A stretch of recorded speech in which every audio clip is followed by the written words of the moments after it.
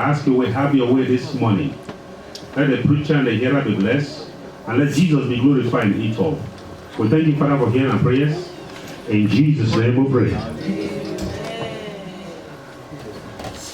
Amen. Amen. Now we've been on the series, Healing for Our Hearts, but we've been exploring certain things that are issues of the heart that are capable of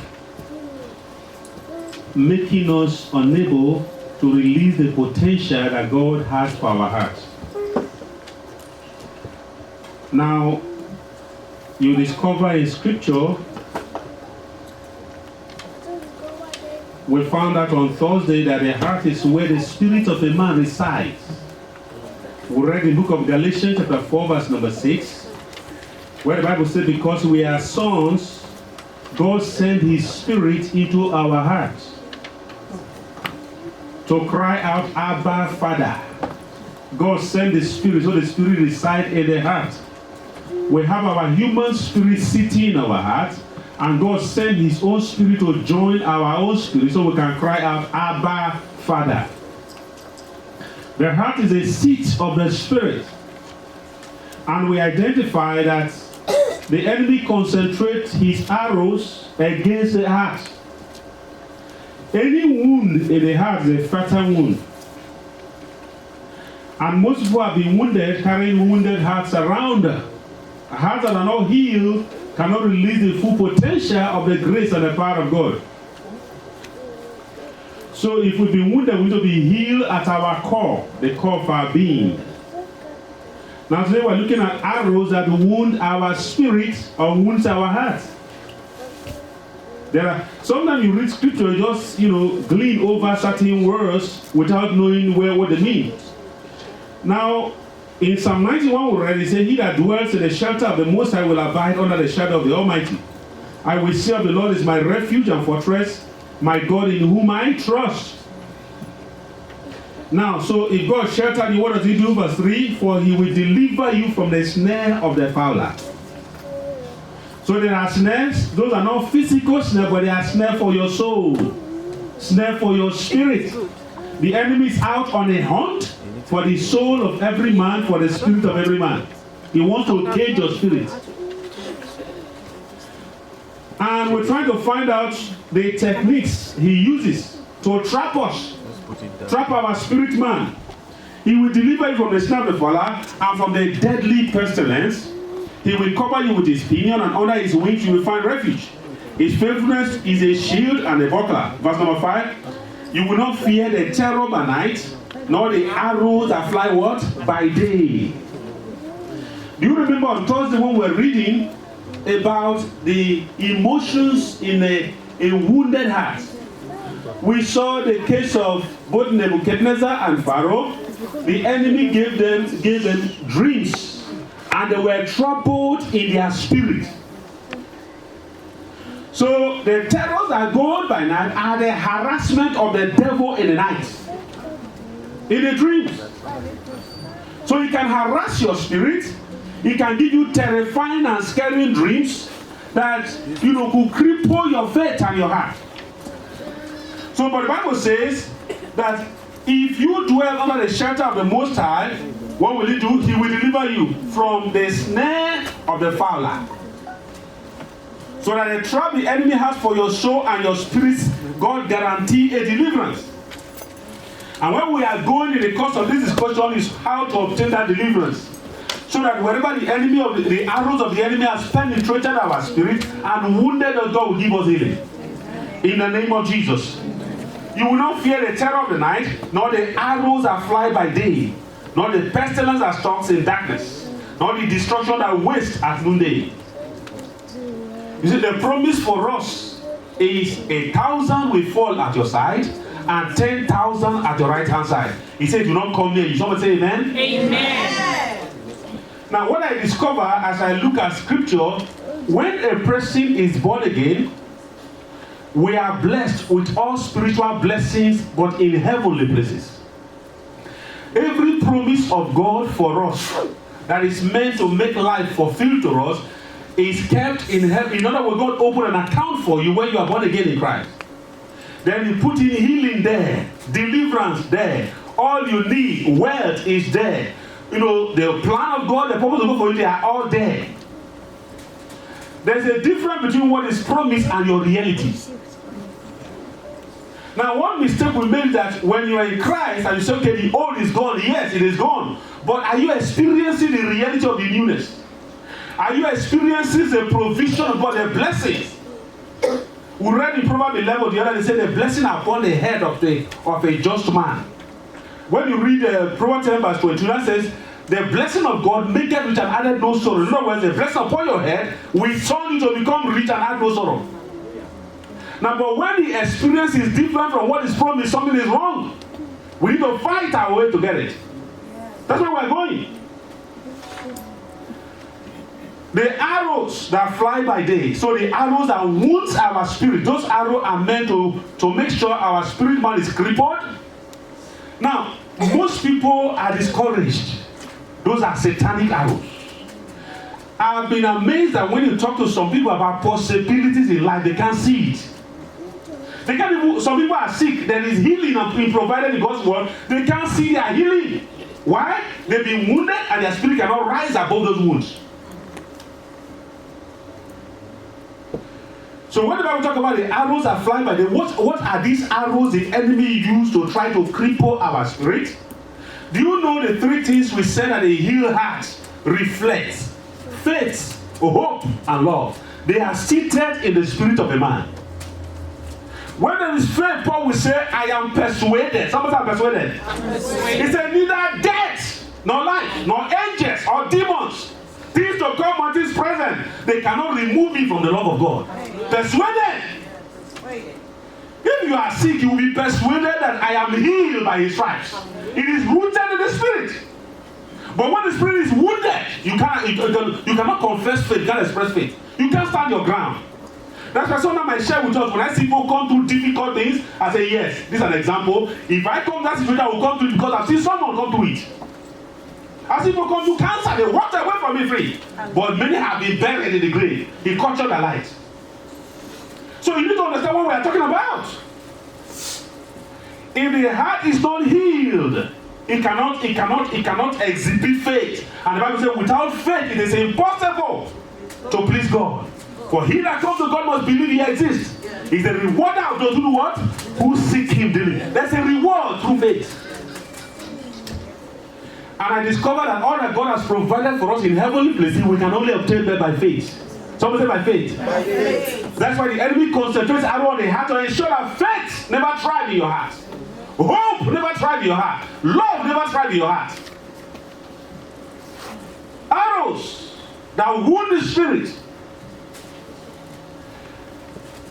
If you look at Proverbs 18:21, it says, death and life are the power of what? Of the tongue. Somebody say the tongue. Negative and critical words, they are satanic arrows. Has somebody ever spoken a word to you and you find it difficult to recover from it? Words are not ordinary. You need to know that. You know, as a matter of fact, words are arrows. Somebody say arrows. Arrows. Words are arrows. Words are bullets. Words are fire. And words are death and their life. So a careless tongue will do most damage. Now, God wants us to build up ourselves in our most holy faith. He also wants us to build up one another in the faith. He wants us to express love. Love builds up. Love covers. You know, I sent a message this week to the church group. I don't know how many of us can read it. Of a teacher in elementary school. A little boy stole another boy's wristwatch. So he came to report to the teacher. Somebody stole my wristwatch in the class. The teacher asked all the students to stand up and turn and face the wall. They did. Close your eyes, they did. And he began to search all the pockets. So he came to the pocket of this boy and he found the wristwatch. Because they closed their eyes, he took the wristwatch, put it in his own pocket, and keeps still searching, search all of them. When he finished, he said, now you turn back, face me, open your eyes, they did. He called the boy, this was stolen, and said, come and take your wristwatch. He gave it to him. Teacher teacher, you find the reason who took it. That's not your business. Just go. He never disclosed the young man who took the wristwatch. And the young man had felt that if the teacher dare say it, that's the end of my reputation in this class. All the children will taunt me, you are a thief, you are this, and they will never recover from that damage to his personality. But the teacher covered it. Oh my goodness. And he kept quiet all through, the elementary school. He never mentioned it. And the boy was so grateful.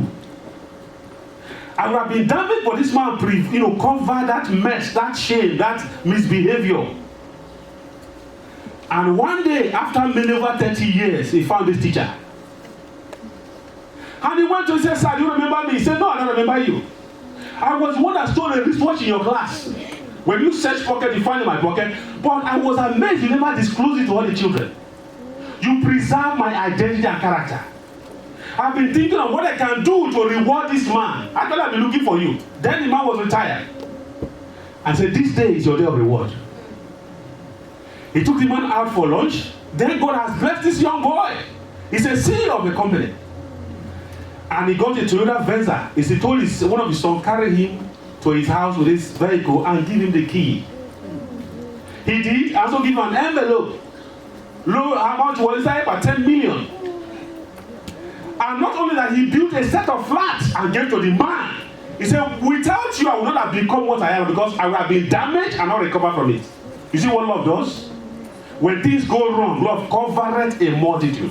Now, I was reading a scripture this week in the book of Mark chapter 7. Where the Bible says that when you want to say there's a log in your eye, look at the log in your eye to remove before you want to remove the log in the other person's eye. Most times it's easy to see the fault in that people's life and want to correct them. Yes, but whatever your own, God wants us to be self-focused. When we see people's fault, cover them or pray for them. If God leads you to supply a word that could be of help to the person, go ahead and do it. That's what love it builds up. Not to find something, go and tweet it, put it on Facebook. That's not how it works. And that was very, very profound, that experience of that little boy and this teacher. I don't know if he was a believer. But if men in the world can do this, what about we believers? So critical words and negative words, they do damage to our spirits. God needs to help us. And the Bible says, death and life, they are the power of the tongue. So whenever you open your mouth, two things come, either life or death. Most of us have killed our own relationship with our own mouth. Most of us have destroyed people who should be of help to us with our own mouth. Most of us have destroyed things that God has ordained to help us. Death and life in the power of the tongue. So whenever you open your mouth, death is coming out, life is coming out, depending on the condition of your heart. In Proverbs 18 verse number 4, it says, "The words of a man's mouth are deep waters." So words are not just shallow, they are deep. Somebody say deep. Deep. Proverbs 18, "The words of a man's mouth are deep waters. The fountain of wisdom is," in other words, if the heart is healed and wisdom is flowing, it's a bubbling brook that brings healing. Now, when people come across to you, what do they get? Wisdom, healing, encouragement, or they are deflated in their spirit? They go worse than they came when they met you.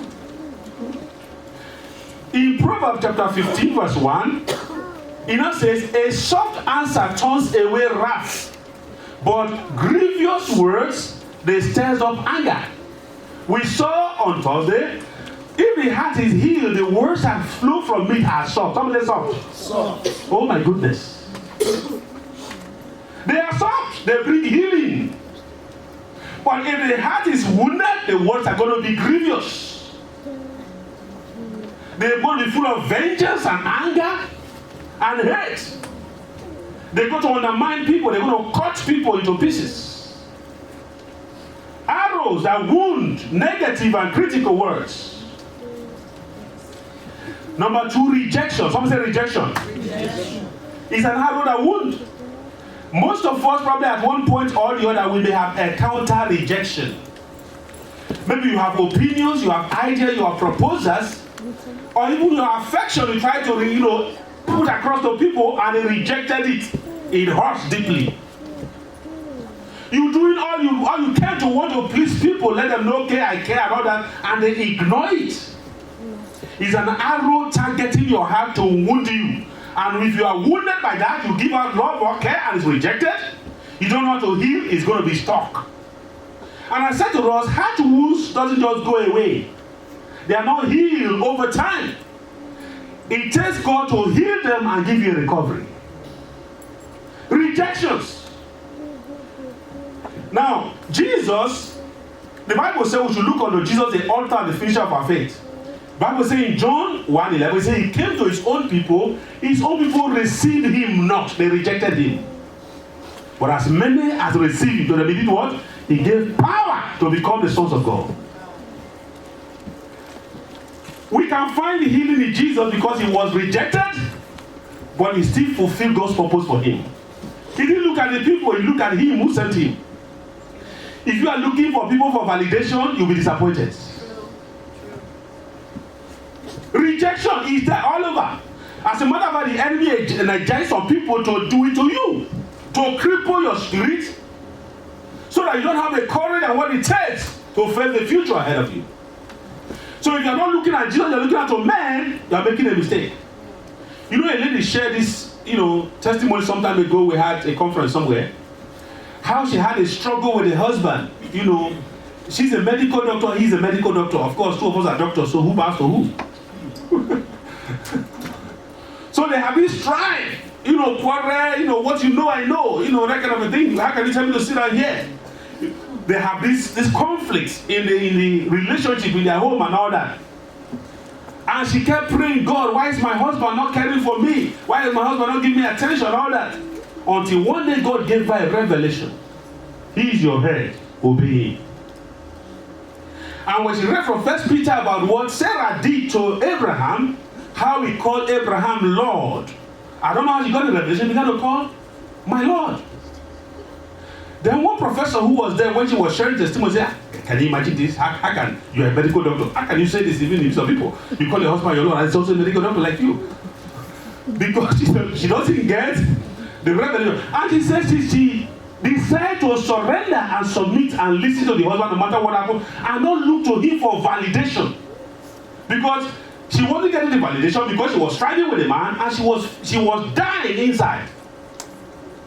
But when she began to listen to what God said to her and began to do it, she realized that what she never wanted, the man was even doing it much more. She got healing for her home. And she was testifying. And I said to some people, you see, education is good for us, but it doesn't have the answer to our happiness and joy in life. Until we listen to the word of God and do it the way he wants, we don't get it. We don't get the reward that God gives. This is somebody who is a professional sharing this. And she got healing and restoration to her own home. You will get one for your home. Amen. In the name of Jesus. Amen. So rejection is an arrow the enemy uses to wound. In Job chapter 19, look at verse 13. Job was a man rallied around him when things were good. But all of a sudden there was a turnaround and all the men turned against Job. Job 19:13, he has put my brothers far from me. They rejected him. And those who knew me are wholly estranged from me. My relatives have failed me. My close friends have forgotten me. Now, you don't know who are your friends or the things change around you. When everything is going well with you, everyone wants to call you, check on you. You don't okay, say yes. You say, I just want to check on you. All is well, that's good. God is good. But you see, when you become broke, they delete your number from their phone. Yeah, when they can't get it from you again, they disconnect. Rejection. I don't need you for anything anymore. Why? You can't supply what they need. Parasitic relationship. So, but as God's people, you see, when the arrow of rejection comes, what do? Some people fall into depression. But as God's people, you see, there is so much. The new life that is in you, we read the other day in Proverbs 4:23. It says, guard your heart with all diligence, for out of it flow what? The issues of life. There is life flowing from you. And that's what the enemy is targeting. He doesn't want the light to come out. So he uses arrow to wound the heart.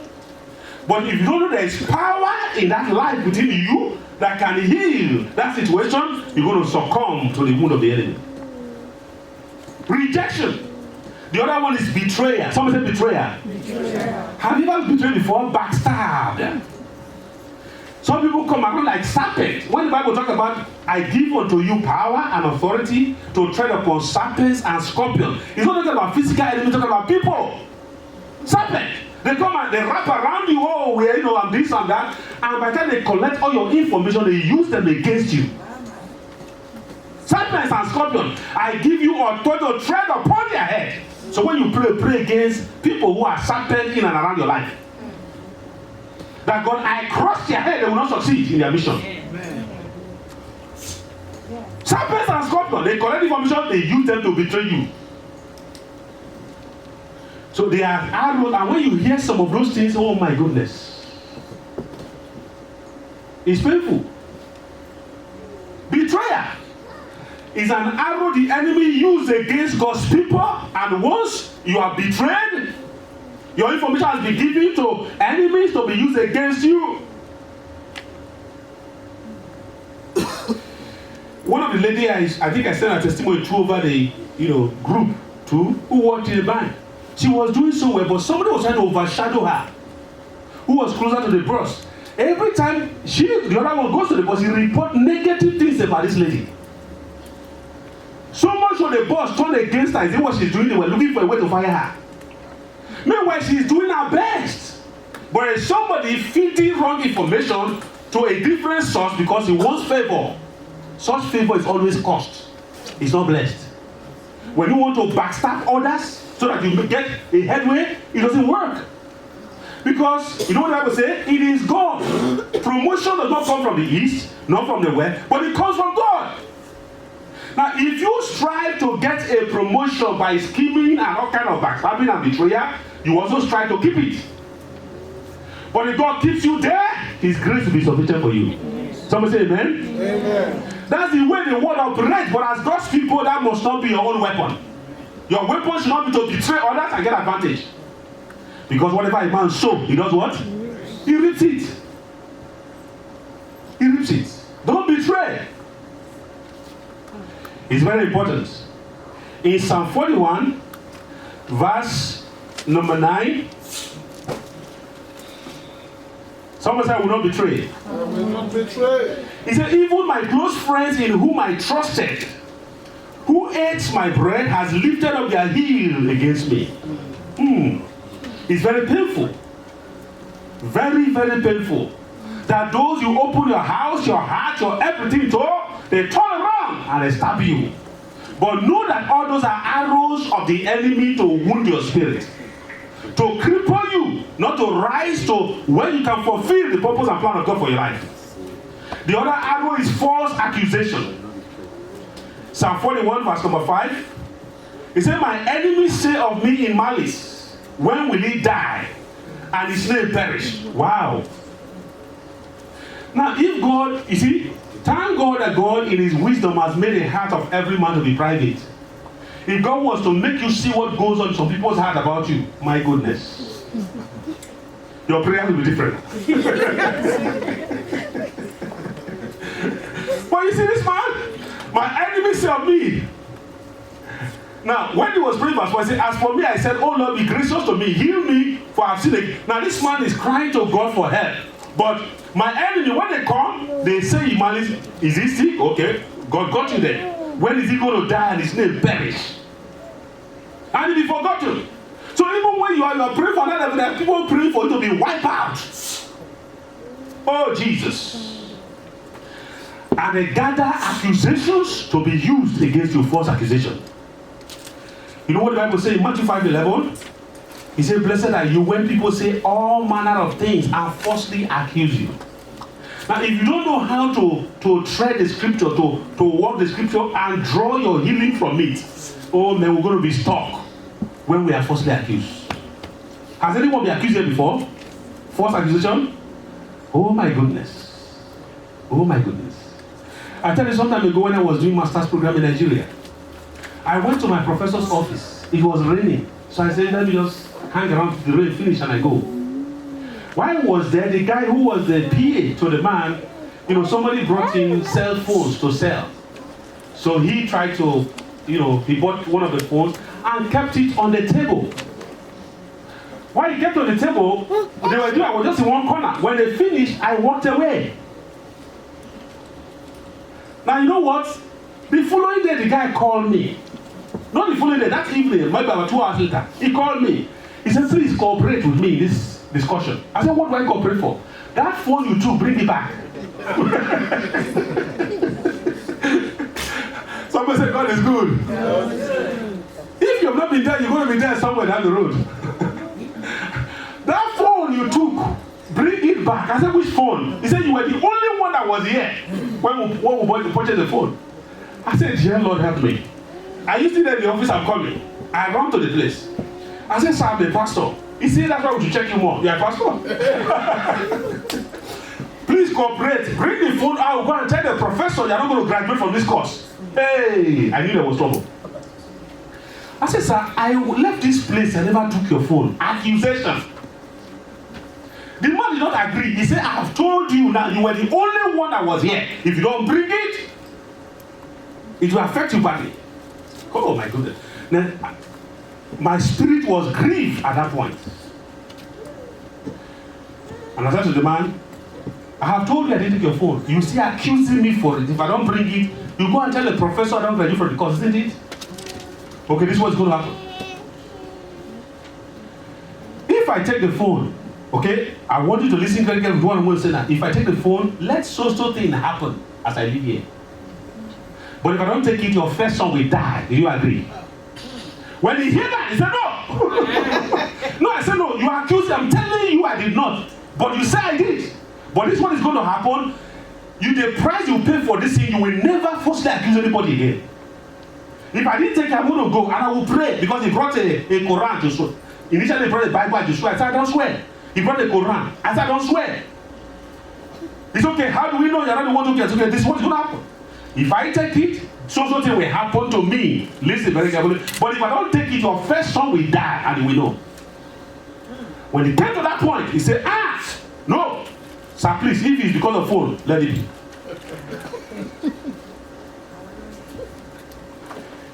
False accusation.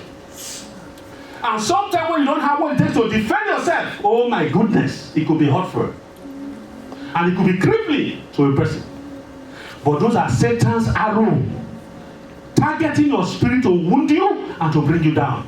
You will rise above it. Amen. In the name of Jesus. Amen. The other arrow is unforgiveness. Somebody say unforgiveness. Unforgiveness. In 2 Corinthians chapter 2 verse 11, the Bible says, lest Satan should have advantage over us.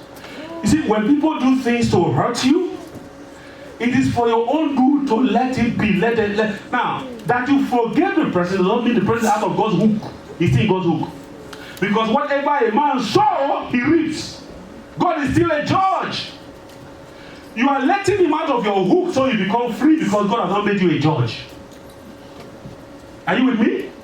So when people hurt, and most of them, they are deliberately done because they are Satan's design targeting your spirit to get you wounded. But you must know how to recover when those arrows come against you. When we read, say, he shall deliver you. Somebody say, shall deliver me. He shall deliver you from the arrows that fly by day. So they are flying every day. You will miss some this week, but God will deliver you from them. Amen. Whether it's accusation, whether designed to hurt you and to trap you, he said, God will deliver you. When you know that you have to know how to walk your way out of those wounding that the enemy is trying to cause to your spirit. Somebody say amen. It's very important. Now, there are much more. Sin also causes a wounded spirit. It's an arrow the enemy uses. If you look at Psalm chapter 38, let's read that one, verse 1 to verse number 5, Psalm 38. You see David's confession. O Lord, rebuke me not in your anger, Psalm 38, nor discipline me in your wrath. For your arrows have sunk into me deep, and your hand has come down upon me. God's arrows have sunk into him deep. Verse number 3, there's no soundness in my flesh because of your indignation. There is no health